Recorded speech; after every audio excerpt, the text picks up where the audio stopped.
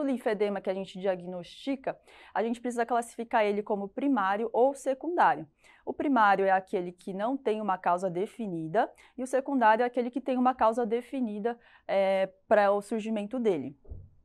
Vamos fazer aqui agora o diagnóstico diferencial. Vamos lembrar que as doenças linfáticas, elas fazem parte do diagnóstico diferencial de edemas de membros inferiores.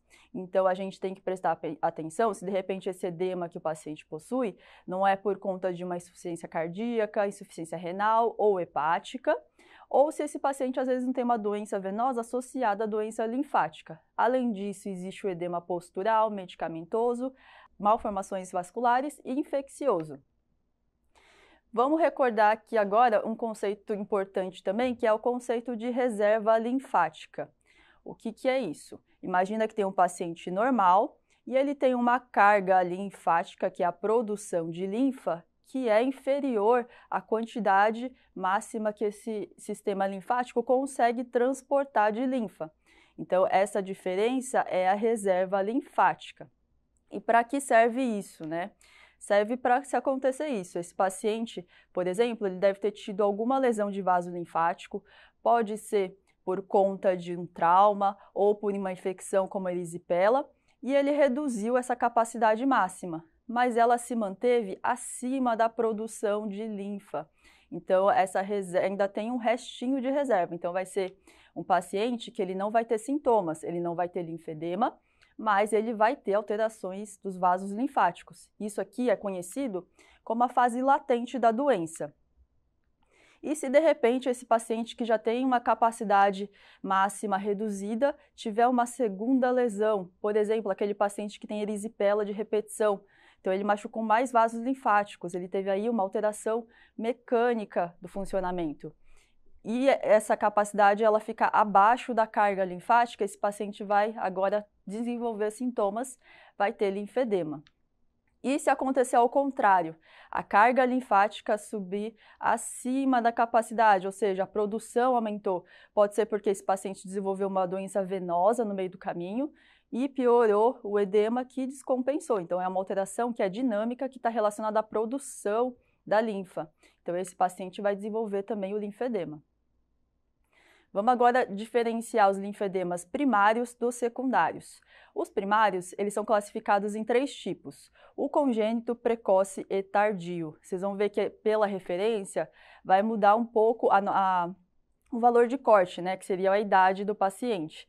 Mas o congênito, que é o primeiro tipo, não vai mudar para nenhum deles. É aquele linfedema que surge desde o nascimento ou então surge até os 2 anos de vida. Ele pode aparecer de forma isolada ou ele pode acontecer por transmissão genética ou associado a alguma outra doença. A por transmissão genética, que é a forma familiar, é a síndrome de Milroy. Eles até gostavam muito de cobrar isso em prova para saber qual que era a síndrome familiar do linfedema congênito. Hoje em dia eles não cobram mais muito isso. A síndrome de Milroy, ela é muito mais comum em pacientes do sexo masculino, afeta predominantemente os membros inferiores, mas pode afetar também os membros superiores e a face. É uma doença autossômica dominante e que a gente está vendo aqui, ó, o paciente pode desenvolver o linfedema só de um membro, não precisa ser dos dois. A síndrome de Turner, nem sempre ela está associada ao linfedema, mas existe uma certa associação dessa síndrome com a presença de linfedema. E geralmente esses pacientes têm uma hipoplasia importante do sistema linfático quando você faz uma linfocintilografia. O pé cavo familiar é outra doença que pode estar associada. Vamos lembrar que o pé cavo é uma doença que geralmente não, ela é sempre bilateral, mas o linfedema ele pode ser unilateral, não necessariamente vai afetar então os 2 membros.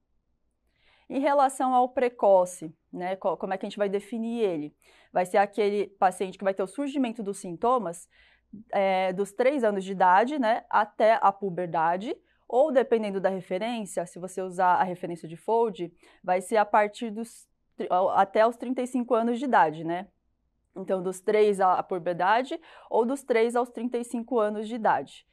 Ele também é uma doença que pode ocorrer de forma isolada ou associado a uma doença genética, uma transmissão genética, que seria a forma familiar, que é a doença de Meiggen. E aí eles gostavam antes de confundir você, falar que do congênito era doença de Meig e o precoce era Milroy.